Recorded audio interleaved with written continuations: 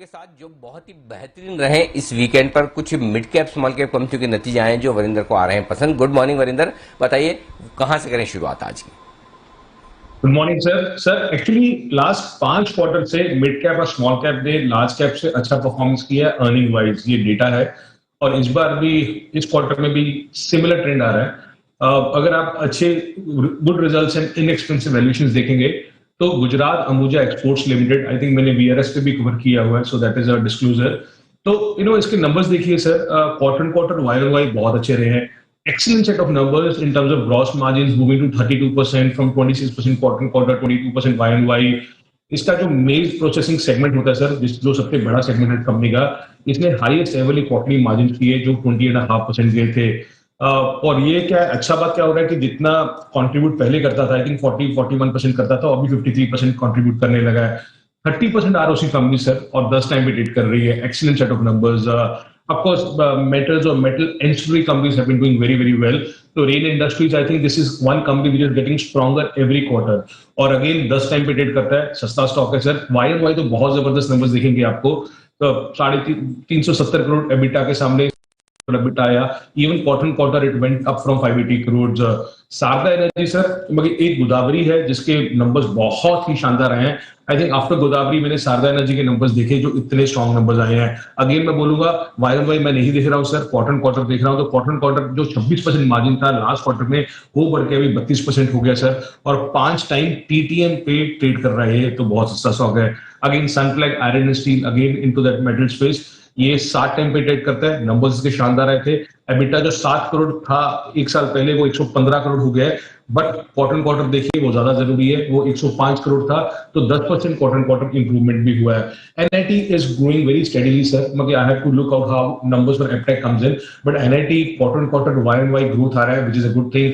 बहुत महंगा स्टॉक नहीं है, 25 टाइम पे ट्रेड करता है। So steady growth in NIT. और Jindal steel sir, very very cheap stock, but इसके जो नंबर्स देखे आप देखेंगे कि वॉल्यूम जो है वो वॉल्यूम और रियलाइजेशन नीचे थी, बट इन्होंने मार्जिन मेंटेन किए, which is a good thing. तो 14.5% margin compare to 12% quarter quarter और 11% वाई ऑन वाई।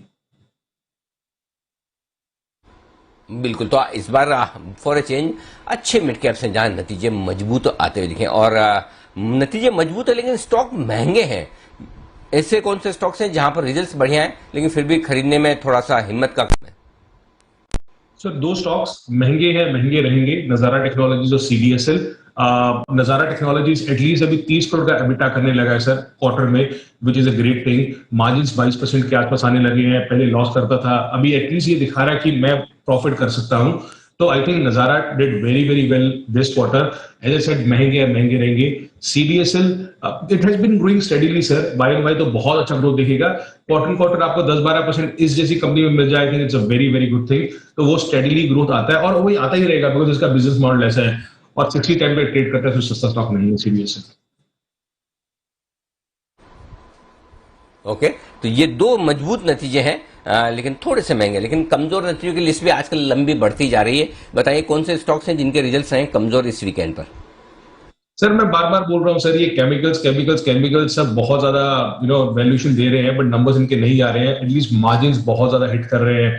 तो आप केमिकल्स में देखिए, पेंट कंपनीज में देखिए, which is kind of a chemical industry, तो उनमें नंबर्स खराब आ रहे हैं। वेनिती ऑर्गेनिक्स के नंबर खराब थे सर। अगर आप देखिए तो सेल्स हायर थी, बट मार्जिन का प्रेशर इतना ज्यादा था क्योंकि raw material cost, logistic cost higher थी। सेल्स अगर सर 60, मतलब अगर क्वार्टर क्वार्टर की बात करते हैं, 40% ऊपर थी क्वार्टर क्वार्टर, बट उनका एबिटा सिर्फ 2% ऊपर था सर। एबिटा मार्जिन आप ये सोचिए सर, 35% था लास्ट क्वार्टर, 42% था वाई ऑन वाई, और वो गिर के नीचे 26% आ गया है। तो 42% से 26% मार्जिन आ गया है। इतना ज्यादा फॉल हुआ है इन टर्म्स ऑफ मार्जिन, और सस्ता स्टॉक नहीं है sir. 58 times next year earnings, and next to next year earnings 42 times. Even PI industries, analyst expecting कि 300 करोड़ का एबिटा आएगा, उसके सामने 250 करोड़ का एबिटा आया, 50 टाइम पे ट्रेड कर रहा है। सर ब्रिटानिया बहुत टाइम से नंबर नहीं दे रहा। आप मैं एक ही नंबर देता हूं उसमें, जो ग्रॉस मार्जिन है वो कॉन्ट्रैक्ट हुए 300 बेसिस पॉइंट, और एबिटा मार्जिन कॉन्ट्रैक्ट हुए मोर देन 500 बेसिस पॉइंट।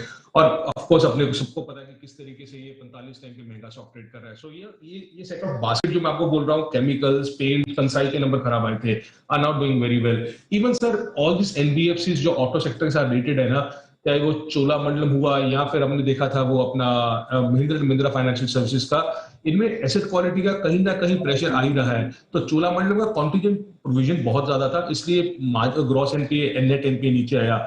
और बंधन बैंक सर, अगर आप एम्बिट का रिपोर्ट पढ़ेंगे तो वो बोल रहा है कि हम भी the company is playing with fire.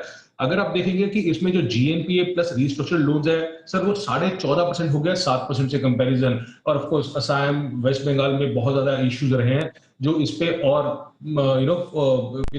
और प्रॉब्लम देंगे बंधन बैंक को आगे जाके।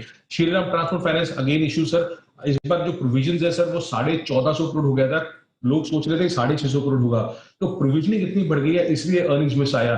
तो और नेट एनपीए भी जो 6.5% था वो बढ़ के 6.9% हो गया। तो again this chemicals plus NBFC space didn't do well. UPL okay set of numbers, inline set of numbers कोई खराब नहीं थे। कंसाई जैसे मैं बोल रहा हूँ सर, बाकी 3 क्वार्टर पहले वो 19.5% मार्जिन था, इस बार 13.5% मार्जिन आया है। तो आप देख सकते हो even in paint we are seeing that big fall coming in 9.5%, 19% से 13.5%। Relaxo did very bad sir, to be honest. हो सकता है, चलो ठीक है, कोविड का असर हुआ है, बट महंगा स्टॉक है।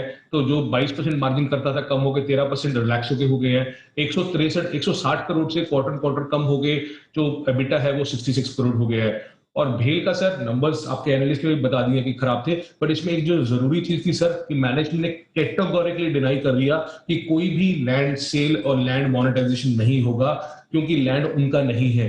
So I think more than the numbers, ये चीज ज्यादा बड़ी है कि उन्होंने मैनेजमेंट ने कैटेगोरी डिनाई कर दिया। गोकुल दास के नंबर्स अच्छे नहीं थे सर, ऑनेस्टली केपी और वर्धमान वेल्समैन did much much better. Gokul Das 7.5% margin से कम होकर 5.5% क्वार्टर क्वार्टर हो गया है, और एक साल पहले देखेंगे तो आधी आधी मार्जिन हो गया है। सो बहुत सारे नंबर्स है सर, मैं लंबी लाइन है, रोजारी बायोटेक, फिनोलेक्स इंडस्ट्रीज, सिरका पेंट, इनके नंबर्स कुछ खास नहीं आए थे।